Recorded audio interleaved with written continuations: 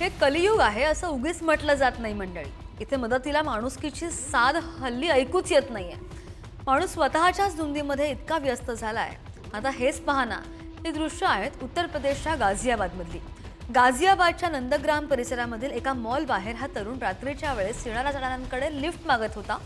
त्याला मदत करायला कोणी थांबलं तर नाहीच, पण एकाने तर कहरच केला. हा तरुण मदत मागत असताना समोरून एक बाईक स्वार आला आणि काहीच न बघता या तरुणाला ठोकर देत उडवून गेला. या अपघातामध्ये या युवकाचं मोठं नुकसान झालेलं आहे. पायात दुखापत झाल्याची माहिती सुद्धा आहे. तर तो दुचाकीस्वार मद्यपान करून बाईक चालवत असल्याचा संशय सुद्धा आता व्यक्त होतोय.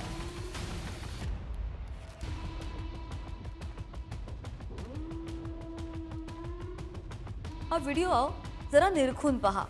दिवसाढवळा एखाद्याच्या डोळ्यामध्ये अंजन घालणं यालाच म्हणतात. मंडळी, तुम्ही चोरीच्या वेगवेगळ्या घटना पाहिल्या असतील, ऐकल्या असतील, पण ही चोरी थोडीशी वेगळी आहे.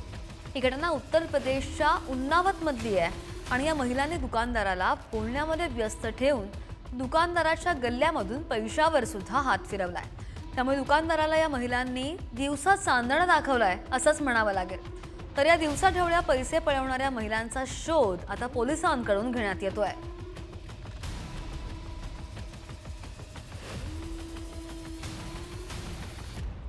चोरट्यांना कायद्याचा धाक राहिलाय की नाही, हा प्रश्न प्रलंबित आहे. आधी हे चोरटे रात्रीच्या काळोखामध्ये चोरी करायचे, मात्र आता यांची हिंमत तर पहा.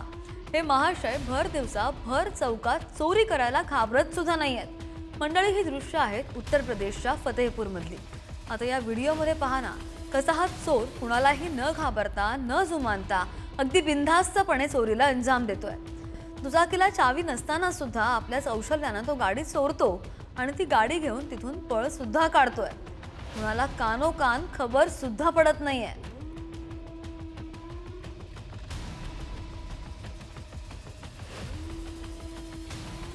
दारू पिल्यावर अनेक वेगवेगळे कृत्य करताना लोकांना आपण पाहतो. आपला मानसिक ताबा गमावून लोक दहशत माजवताना सुद्धा दिसतात. तर अनेक गुन्हे सुद्धा घडतात. मात्र प्यायला मिळालं नाही म्हणून सुद्धा लोक आपला मानसिक ताबा गमावू शकतात. आणि अशीच एक घटना घडली आहे मध्य प्रदेशमधील भोपाळमध्ये. यामध्ये 20 ते 25 टवाळखोरांनी लाठाकाठ्यांसह धिंगाणा घातला. बरं, हा धिंगाणा घालायचं कारण काय?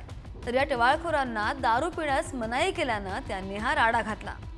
न पिताच त्या गावगुंडांना चढली की काय, असा प्रश्न या दृश्यांमधून उपस्थित होतोय. मात्र नशेची तलप माणसाला असा धिंगाणा घालायला लावू शकते, इतकं मात्र नक्की.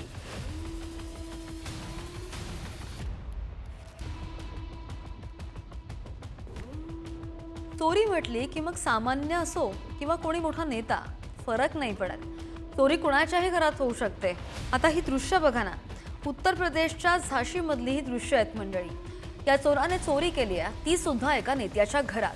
हा चोर घराच्या भिंतीचा आधार घेत शेवटी घरात शिरलाच आणि धाडस करत हा चोर एका नेत्याच्या घरात शिरला आणि तब्बल 20 लाखांची चोरी या चोरानं केली आहे. ती चोरी त्यानं रात्रीच्या अंधारामध्ये नाही तर भर दिवसा केली आहे.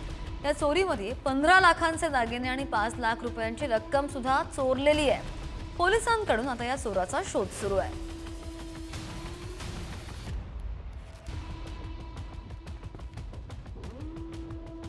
समाजकंटकांनी हल्ला करणं काही नवीन नाहीये, पण या घटनांमध्ये सध्या मोठ्या प्रमाणामध्ये वाढ होताना पाहायला मिळते. अशामध्येच उत्तर प्रदेशच्या प्रयागराजमधून एक घटना समोर आली, उघडकीस आली. एका बंद असलेल्या जनरल स्टोअरवर एका मागोमाग 2 बॉम्ब फेकण्यात आले. दृश्यांमध्ये दिसतंय 3 जण रात्रीच्या वेळी दुचाकीवरून येतात. त्यातला एक जण खाली उतरतो आणि एका मागोमाग 2 बॉम्ब फेकून तिघेही हल्लेखोर तिथून पसार होतात. हल्ला करण्याचं कारण आता घटनेचा शोध घेतल्यावरच समोर येणार आहे. स्थानिक पोलिसांकडून या सगळ्या घटनेचा सध्या शोध सुरू आहे.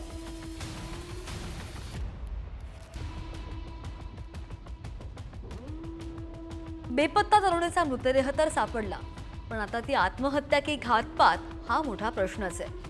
लोणावळ्याच्या लोहगड परिसरामध्ये एक घटना घडली आणि 3 दिवसांअगोदर पिंपरी चिंचवडच्या सांगवीमधील एक तरुणी लोहगडला गेलेली होती. या दृश्यांमध्ये ही तरुणी एकटी बसलेली पाहायला मिळते.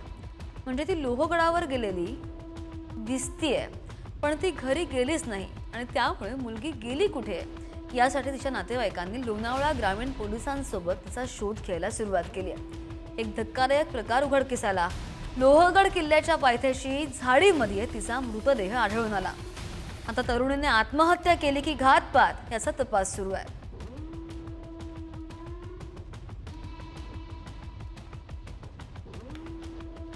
दररोज अपघाताच्या कित्येक बातम्या आपल्या कानावर येतात, आपण ऐकतो आणि दिवसेंदिवस त्यांची संख्या आणि भीषणता वाढतच जाताना पाहायला मिळते। मंडळी, असाच शरीरावर काटा आणणारा अपघात या व्हिडिओमध्ये घडलेला आहे। ही दृश्य आहेत तेलंगणाच्या कामारेड्डी जिल्ह्यातली। पोलीस कॉन्स्टेबल आपल्या सहकार्यासोबत रस्त्याच्या कडेला उभे राहून पेट्रोलिंग करतायत आणि तितक्यातच एक कार भरधाव वेगाने येते आणि या दोघांना धडक देते। यामध्ये एक कॉन्स्टेबल अक्षरशः हवेत फेकला जातोय आणि त्याचा जागीच मृत्यू सुद्धा झालेला आहे। दुसरा हवालदार कसाबसा आपला जीव वाचवतो। दुर्दैव असं की त्या कार चालकाच्या चुकीमुळे या ड्युटीवर असणाऱ्या हवालदारांना आपला जीव गमवावा लागलाय। त्यामुळे मंडळी, गाडी चालवताना जरा जपून तुमचा आणि इतरांचा जीव विनाकारण धोक्यात येणार नाही ना, याची सुद्धा काळजी घ्या।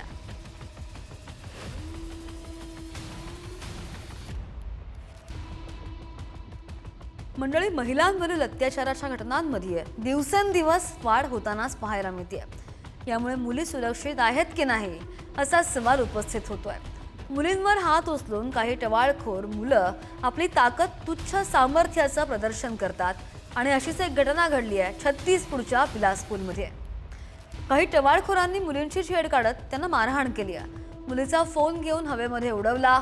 मुलीने विरोध करण्याचा प्रयत्न केला, त्यानंतर सुद्धा त्या मुलीने तिला मारहाण करताना पाहायला मिळत आहे।